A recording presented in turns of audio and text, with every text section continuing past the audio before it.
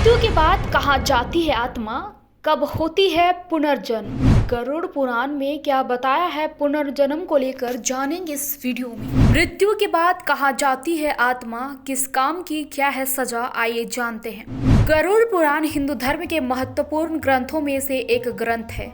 बता दें कि गरुड़ पुराण में मनुष्य की जीवन, मृत्यु और उसके बाद के सफर यानी मृत्यु के बाद की स्थिति का वर्णन किया गया है।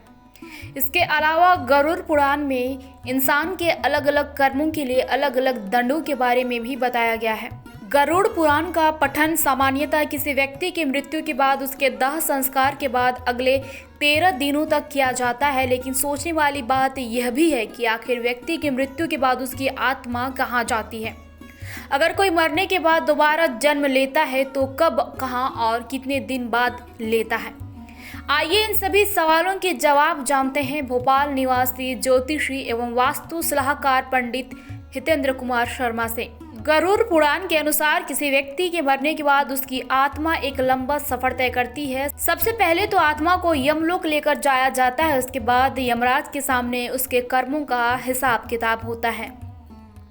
अगर आपके कर्म बुरे हो तो आपकी आत्मा को यमदूत सजा देते हैं, वही अगर आपके कर्म अच्छे हों तो आपका सफ़र काफ़ी आरामदायक रहता है।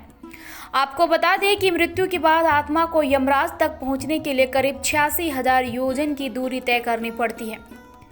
बता दें कि पुनर्जन्म की मृत्यु के 3 दिन बाद से लेकर 40 दिनों के अंदर हो जाता है। गरुड़ पुराण के अनुसार व्यक्ति का पुनर्जन्म उसके कर्म के आधार पर निर्धारित होती है, क्योंकि पापी व्यक्ति का आत्मा को नर्क में भेज दिया जाता है और पुण्य पवित्र आत्मा को स्वर्ग में भेज दिया जाता है। लेकिन जब व्यक्ति की आत्मा अपने कर्मों के हिसाब से सजा भुगत लेती है तो फिर उसे दोबारा दूसरा जन्म मिलता है। अगला जन्म किसी योनि में होता है। यह सिर्फ कर्मों के आधार पर ही निर्धारित होता है।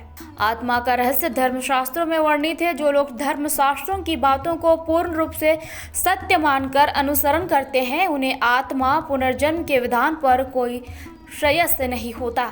ऋषि महर्षियों ने अपने योग आदि बल से समूचे ब्रह्मांड का निरीक्षण और धर्मशास्त्रों की रचना मानव कल्याण एवं मार्गदर्शन हेतु की है।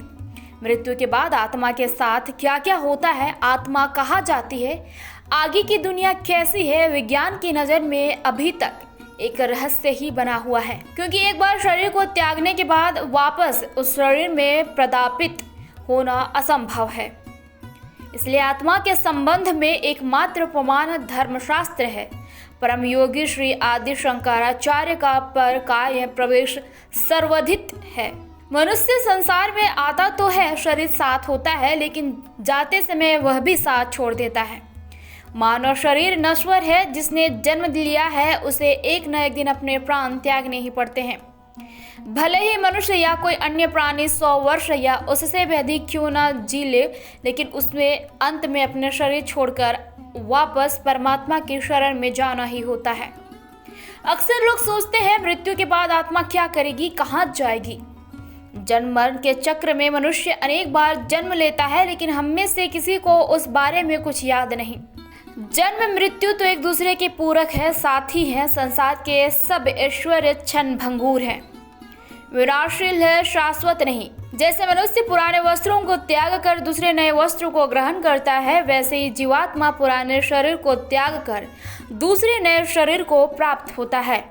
जो आत्मा को समझ लेता है वह मृत्यु के रहस्य को जान जाता है। जन्म, मृत्यु और पुनर्जन्म पुराने हो चुके कपड़े को उतार कर नए पहनने जैसा है। वर्तमान मानव अपने को कई तरह के भय से जकड़ा हुआ पाता है, जैसे असफलता का भय, असुरक्षा का भय इत्यादि। परंतु इन सभी से बढ़कर एक भय जो मनुष्य को जीवन पर्यंत सताता रहता है वह है मृत्यु का भय। हर व्यक्ति जानता है कि जिसने भी जन्म लिया उसकी मृत्यु सुनिश्चित है, परंतु अपने अंतिम क्षणों तक वह इस अथक सत्य को झुठलाता रहता है और उसे स्वीकार नहीं कर पाता। जीवन मृत्यु की एक धीमी, लंबी एवं सतत प्रक्रिया है।